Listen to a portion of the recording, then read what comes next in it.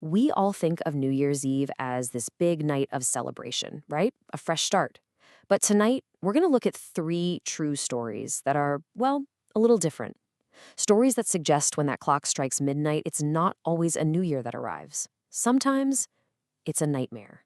Yeah, for you and me, New Year's Eve is all about champagne, counting down, thinking about what's next. But for the people in these stories, that night was an absolute, terrifying end to everything they considered normal, and it left them with questions that, honestly, still don't have answers.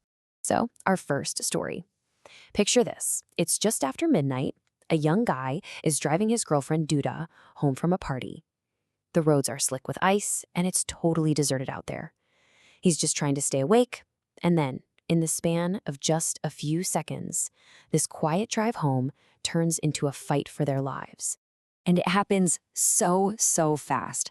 One moment the road is empty, the next there's a woman just standing there, and she's holding a huge kitchen knife.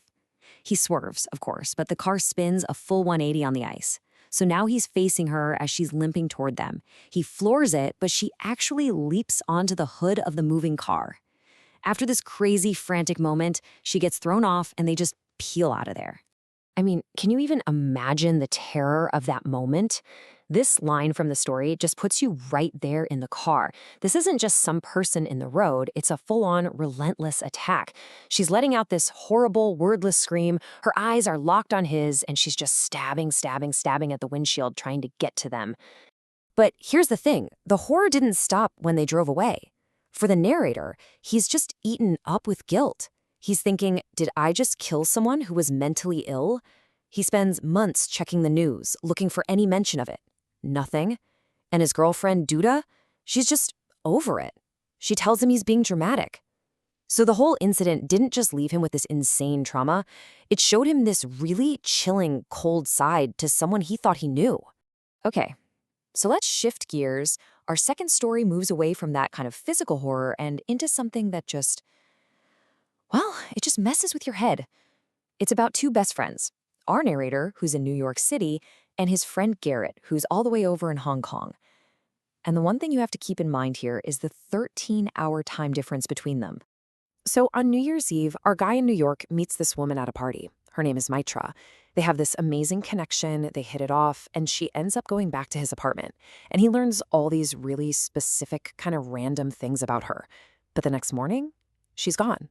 Poof, vanished from his locked apartment. No note, no nothing. So later that day, he's on the phone with his friend Garrett in Hong Kong, and Garrett's kind of bummed out too. Turns out he also met a girl who just disappeared on him.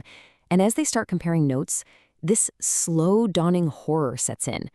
The name, the birthday, her job, her cat's name, every single tiny detail is exactly the same.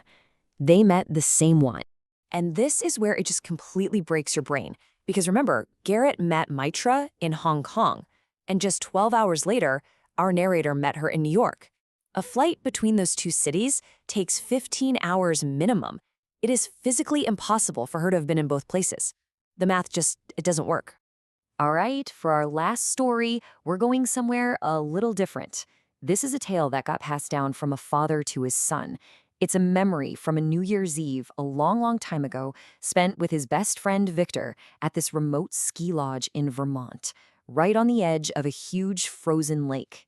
So they're waiting for the countdown, and suddenly this silent, blinding flash of light just erupts from the other side of the lake. Then they hear it, a kid's voice, crying for help. They run outside onto the ice and they can see him, this small figure of a boy. But before they can get to him, there's a second flash of light, and he's just gone. They race back to the house, totally freaked out, and Victor swears he sees the boy's face staring down at them from a window in their locked house. They search the house, of course. Nobody was there. No footprints outside, no explanation at all.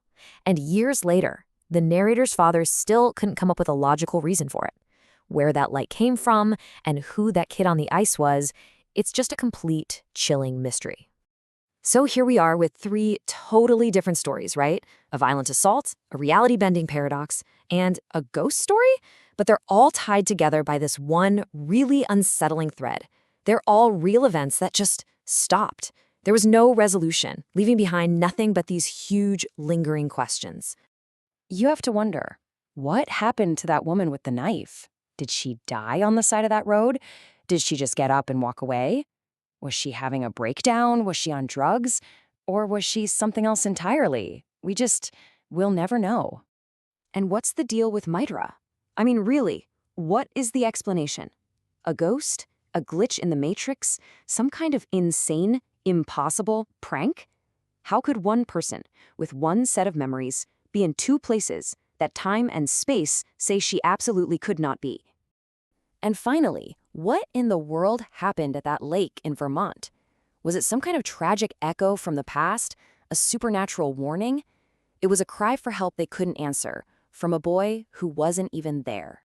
These stories kind of remind us that the turn of a new year is like this little tear in the fabric of time.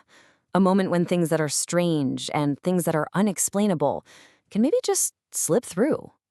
It really leaves you wondering, when you're celebrating this year, what might be waiting for you, just beyond all the noise and the light?